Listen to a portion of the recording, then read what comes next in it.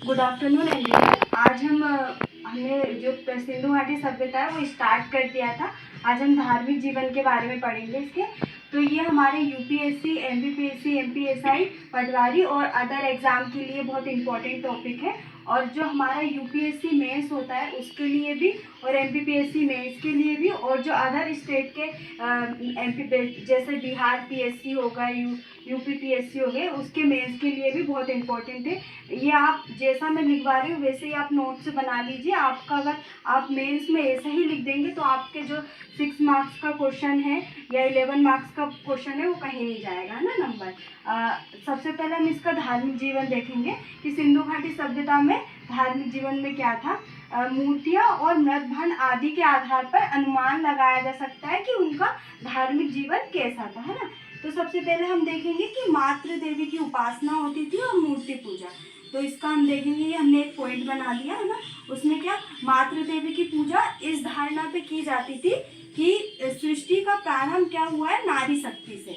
वहाँ क्या होता था कि जो मातृ देवी मतलब जो मूर्ति की पूजा होती थी, इस धारणा पे करते थे लोग। उनके मन में ये धारणा रहती थी कि जो सृष्टि का प्रारंभ है वो क्या, नारी शक्ति से हुआ है, मतलब स्त्री से हुआ है।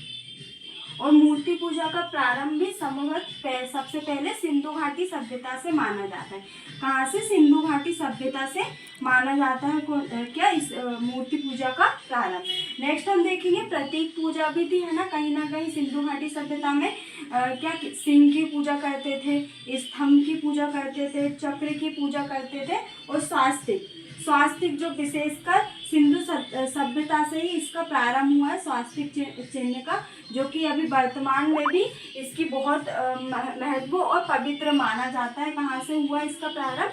हड़प्पा सभ्यता से इसका प्रारंभ हुआ। और नेक्स्ट हम देखेंगे वृक्ष पूजा, जिसमें क्या पीपल वृक्ष को अधिक पवित्र मानते थे। अभी जो हाल ही में 2020 में एमपीपीएससी का प्री हुआ था, उसमें ये क्वेश्चन पूछ लिया गया था कि जो सिंधु घाटी सभ्यता है उसमें पीपल कौन से वृक्ष की पूजा करते थे या पवित्र मानते थे। तो कौन से वृक्ष को पवित्र मानते थे? पीपल के वृक्ष को पवित्र मानते थे। नेक्स्ट हम देखेंगे अग्नि वेदिकाएं कैसी क्या थी, है ना। तो इसके साक्ष्य हमें कहाँ से मिले? कालीगंगा से क्या हमें हवन कुंड मिले, मतलब क्या वहाँ पे हवन भी कराए जाते थे, ये साक्ष्य है। और लोथल और कालीगंगा से क्या अग्नि वेदिकाएं मिली, है ना, कि वहाँ पे हवन होते थे, उसके बाद जो राख बचती थी उसको क्या अग्नि वेदिका जैसे जलाते थे तभी, है ना। और नेक्स्ट है शिव की उपासना या लिंग पूजा, दोनों प्रसिद्ध थी, है ना। शिव की क्या 3 मूर्तियों की पूजा की जाती थी सिंधु घाटी सभ्यता में। एक तो त्रिमुख की मूर्ति की पूजा की जाती थी शिव के रूप में, और एक पशुपति की पूजा की जाती थी शिव के रूप में, और योगेश्वर की पूजा की जाती थी शिव के रूप में। अभी वर्तमान में भी जो पशुपति की पूजा की जाती है, जैसे अभी वर्तमान में क्या है, पशुपति का जो व्रत है वो अभी बहुत प्रसिद्ध है ना। तो पहले भी हमने क्या, ये जो प्रारंभ है वो सिंधु घाटी सभ्यता से ही हो गया था। नेक्स्ट हम इसका राजनीतिक जीवन देखेंगे। तो राजनीतिक जीवन में जैसे अगर आप मेंस में कभी भी क्वेश्चन लिखो, आंसर लिखो, तो उसमें ये लिखना कि शासन व्यवस्था में क्या वणिक व व्यापारी वर्ग की भूमिका थी। नेक्स्ट हम राजनीतिक जीवन के बारे में देखेंगे कि राजनीतिक जीवन, पॉलिटिकल जो उनका जीवन था वो कैसा था ना।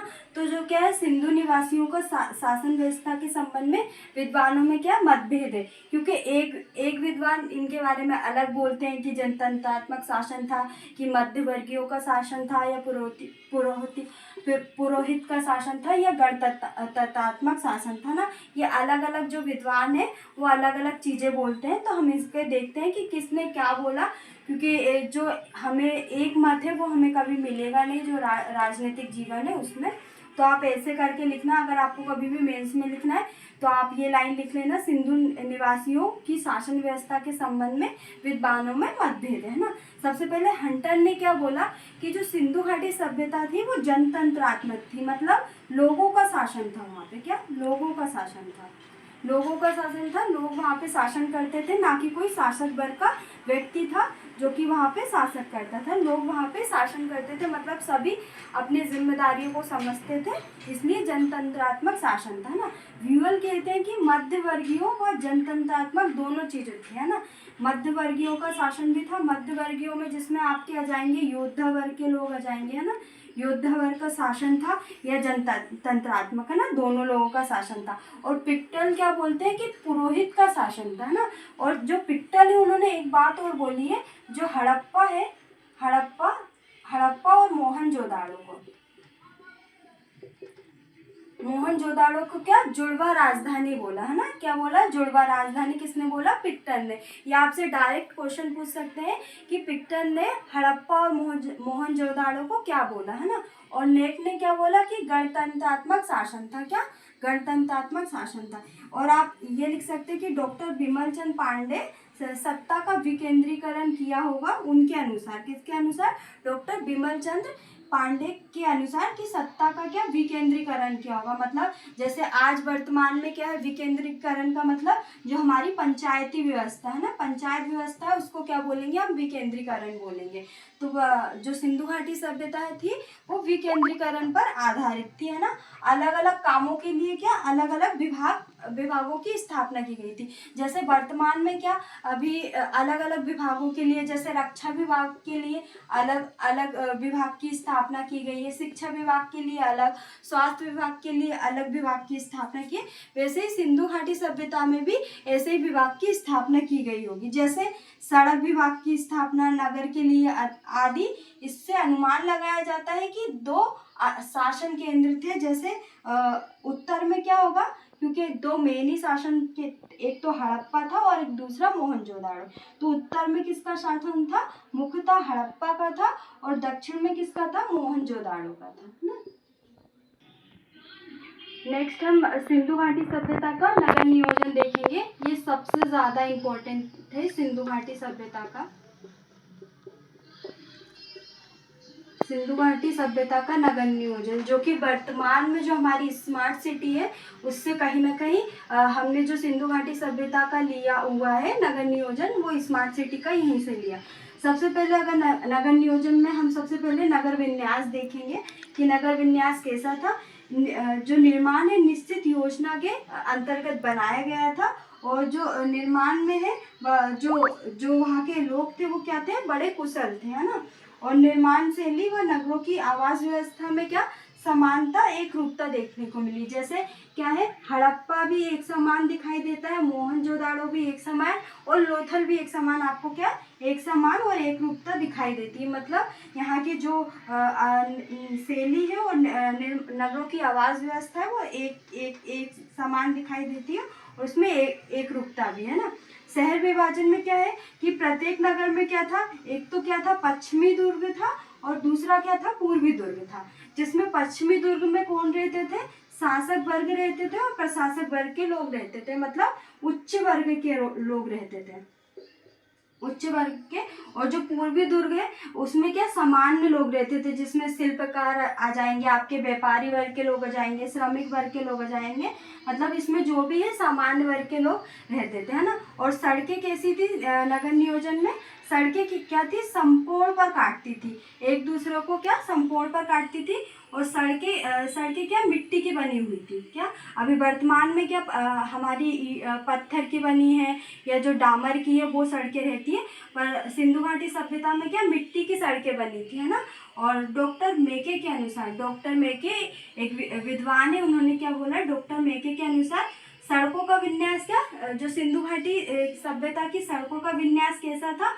ऐसा था कि हवा स्वयं चलती थी और सड़कों को क्या करती थी? साफ करती थी। मतलब उस समय के आप सोच सकते हैं कि जो निर्माण शैली थी बड़ी कुशल थी कि जो सड़कें ऐसी बनाई गई थी कि जो हवा है वो स्वयं क्या सड़कों को साफ कर देती थी। वहाँ पे साफ सफाई की जो वहाँ पे नागरिक है वो खुद नहीं करते थे, वहाँ पे ऐसी बनाई गई थी कि वो स्वयं साफ हो जाती थी।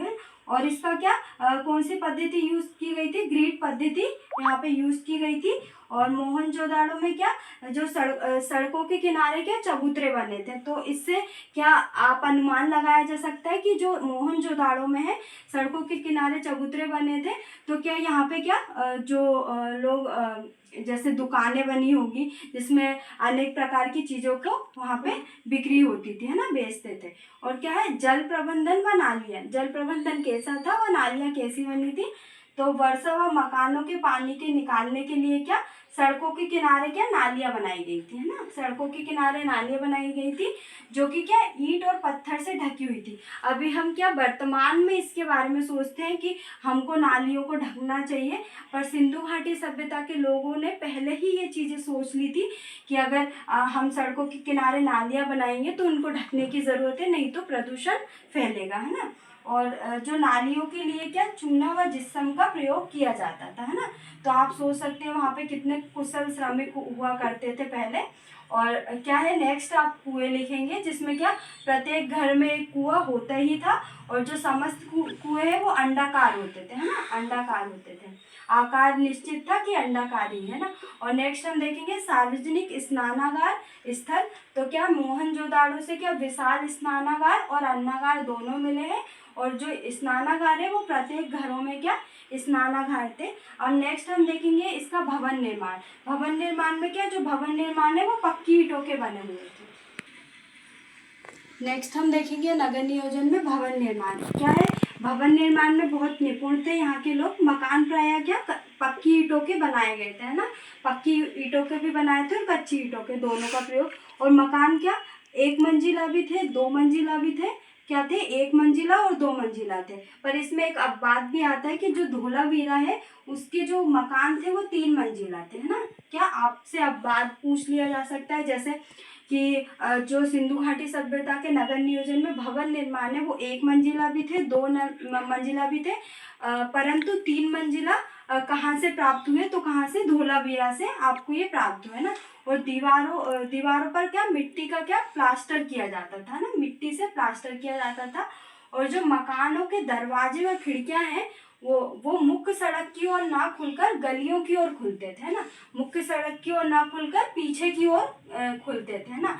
और इसमें भी एक अब बात आपको आ जाएगा कि जो लोथल है, लोथल के जो मकान और खिड़कियां हैं वो मुख्य सड़क की ओर खुलते हैं, ना।